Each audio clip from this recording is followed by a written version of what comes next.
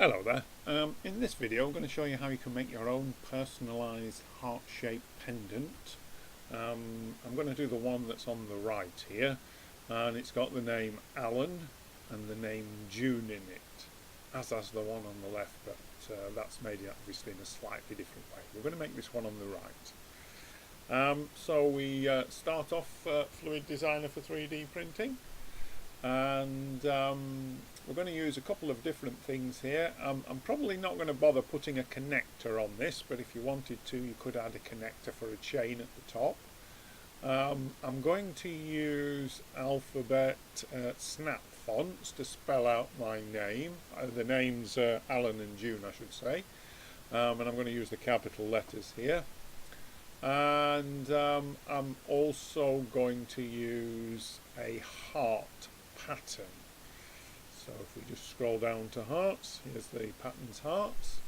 So you can obviously use any one of those of your choice. I'm going to just use the first one here, so I just drag and drop that smart object onto the workspace, and if we look at it, you can see the size at the moment. It's about 25mm by 22, so about an inch, that sort of size, a couple of centimetres just over. And at the moment the thickness of this object is that it's 1mm by 2mm, so it's 1mm across and 2mm deep, and because this is a smart object, we could instantly just change it like that and make it deeper, thicker if we wanted to. I'm just going to leave it at the default size of 1 by 2. So if I just view that from the top, so what I want to do now is to add some text to my workspace, and we do that by going to File and Append, and we always go up through the menu system until you get to the Groups folder, and I'm going to use the alphabet snap fonts, and the first name that I want is Alan, so I want an A, and it's always the object that you append, so I want snap font A. And it's not initially selected when you append it, so you do have to click on it. So I'm just going to put the A there, and I now need a letter L. So it's object snap font L, and again make sure you click on it until you get the yellow border around, and we can just move that out to the left. Now we want another letter A, so I'm just going to select A and just duplicate that object and just put it down there. And now I need an N, so go up through the menu system. We're in snap fonts, so we just want object N, and again make sure you click on it till you get the yellow border, and I'll just put that over on the left. Now we want the name June, so we want a J this time, J. Again, click on it to select it. Oops, I've selected the heart. You just move in a bit. View it from the top again. File and append. So I want a U this time.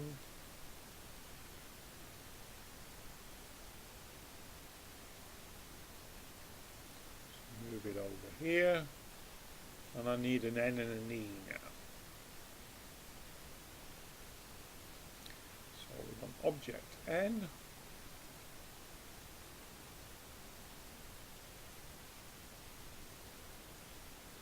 and finally an E.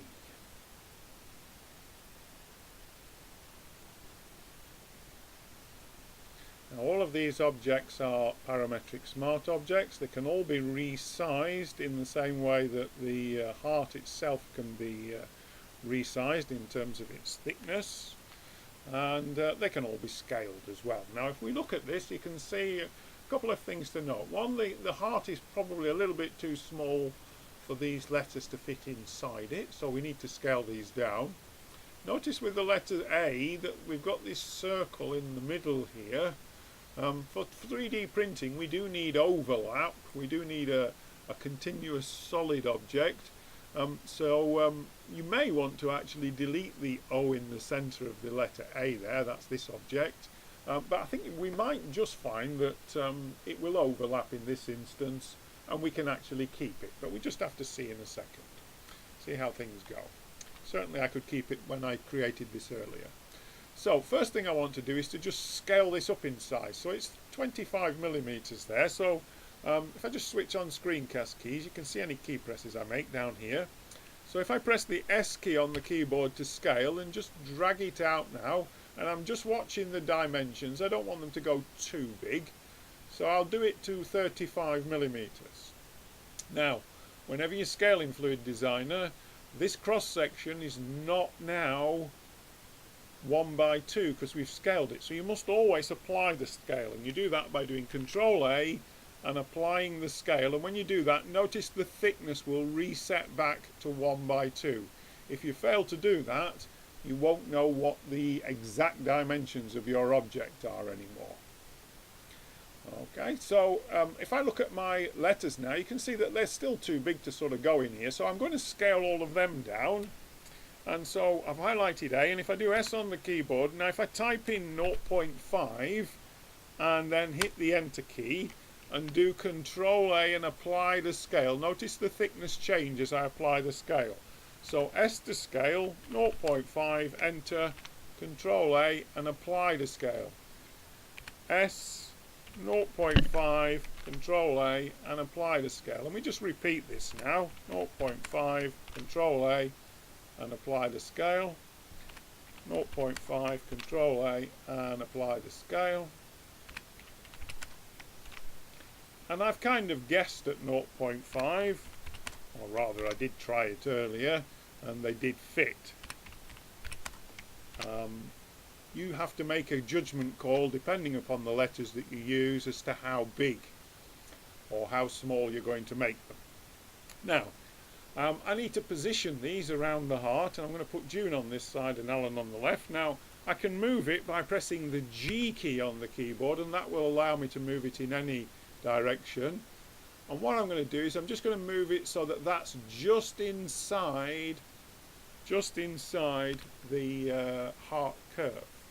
And things are also need to be overlapping slightly. So G on the keyboard and just position it. G on the keyboard and just position it. Now if you want, you can press the tab key and go into edit mode, and if I just switch off the snap, and if I highlight that control point in the corner there and press G, notice I can move my curve in, and you want it so that it is just overlapping on the edge there. So up here, for example, if I press the tab key to go into edit mode, highlight that control point and G, and if I just move it, you can see I can go through the other side. I don't want to go through the other side, I just want it overlapping nicely so that we can 3D print this. So that's what we need to do. So we do the same with the Allen. So G on the keyboard,